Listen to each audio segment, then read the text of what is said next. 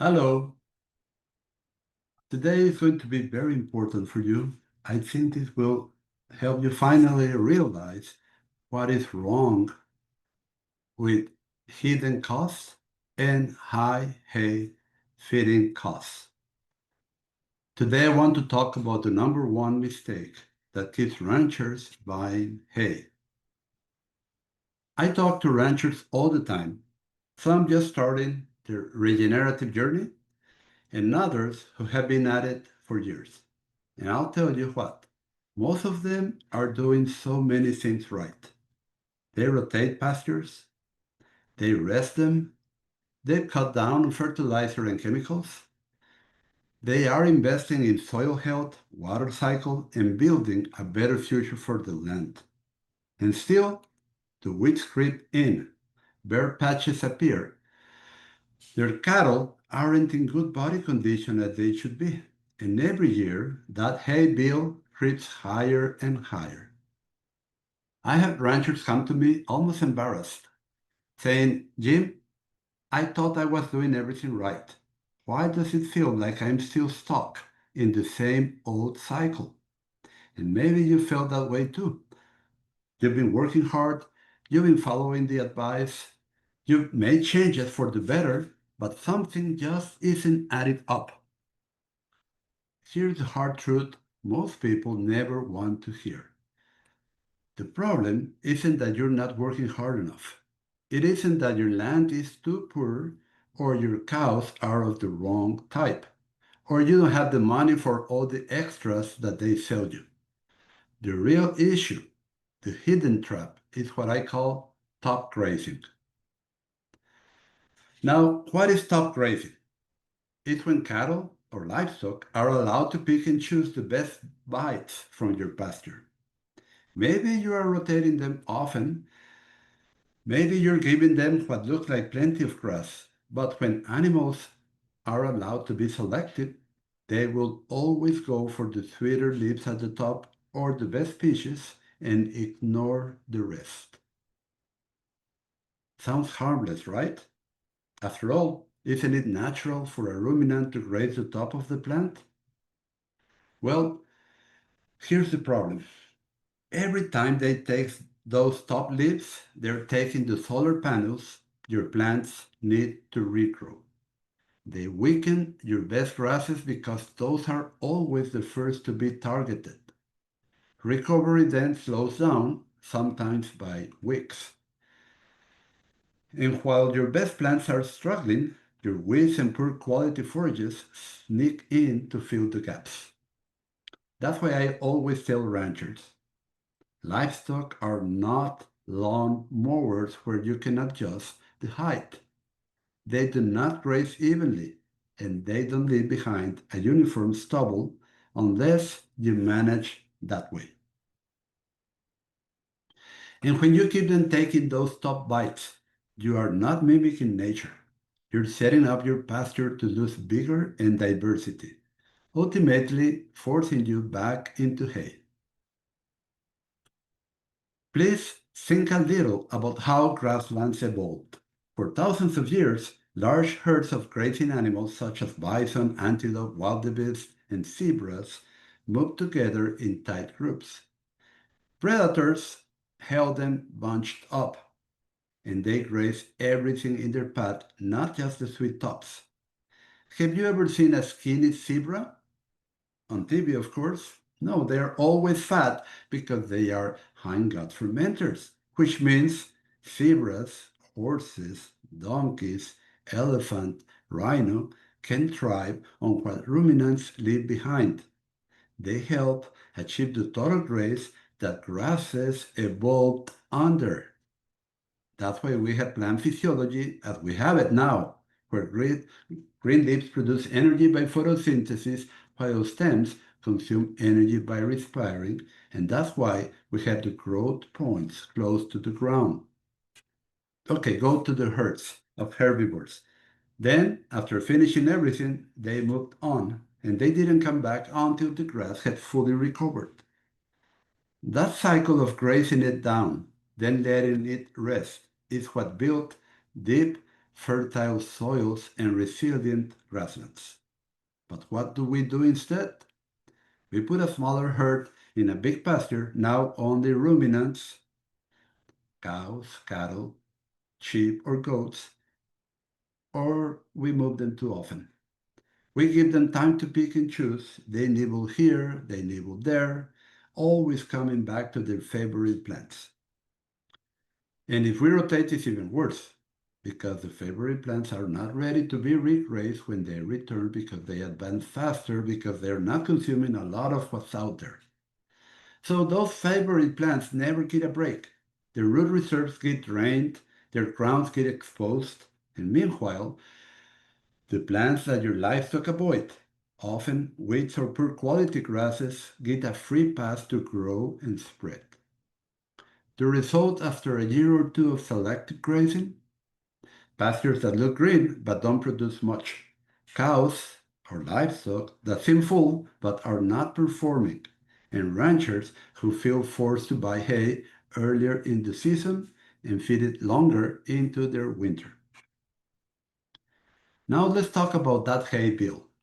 On most ranches I visit, hay is the single biggest cost. It eats up profits like nothing else. And the painful part, most of that hay expense is self-inflicted, not by laziness, not by lack of knowledge, but by this one mistake of top grazing. Every time your livestock graze the tops and weaken your best grasses, you lose production. Every time weeds move in, you lose production. Every time recovery slows down, you shorten your grazing season and you shorten your grass's roots. Add it all up, and you've got fewer grazing days and more hay days in the year. I have seen ranchers reduce their hay feeding from 120 days to just 30 or 40 and others to zero, simply by correcting this one mistake. And that's not small money we're talking about. It's worth tens of thousands of dollars every single year. And I will give you a picture of how this looks. A rancher I worked with had what looked like a healthy rotation system. He had 30 paddocks, he moved his cattle regularly, and he was proud of the rest periods he gave his land. But every time I walked his pastures, I saw the same thing. The best grasses were grazed right down to the knob, the less desirable ones were left standing tall, and recovery took forever, with bare soil showing through in patches. He told me, I don't understand. I am rotating, I am resting. Why am I still buying hay in July? And the answer was simple. His cattle were top grazing. They weren't being managed to graze everything evenly. They were even allowed to make their choices, and their choices were destroying his best forage. So what's the better way? It's what I call total grazing. Instead of letting cattle or sheep or goats pick and choose, we manage them to graze all the forage in front of them, top to bottom, before moving on. That means they eat the high quality leaves, the stems, and the in-between plants. No, it doesn't mean starving them or overgrazing. It means giving them enough density and enough recovery time so the plants regrow stronger, not weaker. And the result, more forage is grown per acre, a much longer grazing season, less need for hay, and land that actually improves year after year. And I've seen this work in hot climates, cold climates, dry areas, and humid areas. From Bahia grass in Florida to fescue in Missouri to native pastures in Mexico deserts. It works because it mimics nature, and in nature, herbivores get fat in the green season. This is why we focus on animal performance in the green season. And I could tell you story after story of ranchers who have made this shift. One rancher in Arkansas called me last year almost in disbelief. He said, Jim, we ran out of cattle. We got so much grass, we need to double our sucking rate just to keep up. Another one in Texas told me, I used to think it was normal to buy hay every year. Now we're grazing well into the winter and the savings are unbelievable. And one of my favorites, another rancher said, I thought I was too set in my ways to change, but once I saw how fast the grass came back after total grazing, I knew I couldn't go back to top grazing again. The hardest part about this mistake is that it doesn't look like a mistake at first. When you're top grazing, your pastures may look lush and green. Your cattle might look satisfied. On the surface, everything appears to be fine. But underneath, the soil is being depleted. The best grasses are losing their energy reserves. The weeds are gathering strength. It takes a season or two before you start to see the real damage. And by then, it feels like you're trapped. You tell yourself, well, that's just how it's around here. That's just our soil. That's just our weather. But it isn't. It's stop grazing. And here's the key. You have to accept hay as a permanent, immovable cost of ranching. Yes, there will be emergencies such as ice storms, droughts, and floods that may sometimes force you to feed hay. But the idea that you must buy hay for 120 days or more each year, that's a myth created by top grazing. When you implement the total grazing program, you change the whole equation. Your land produces more, your cattle do better, your profits climb.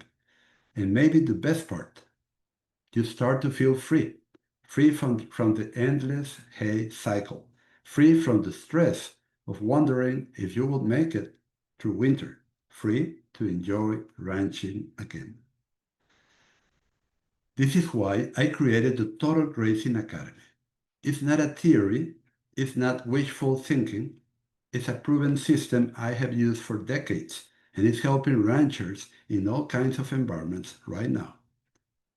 We don't keep the Total Grazing Academy open year-round because I want to be able to work closely with each group of students and provide them with the support they need. Enrollment opens at the end of November with the best pricing of the year. This will be your last opportunity to join in 2025 and the only time you'll see this special pricing.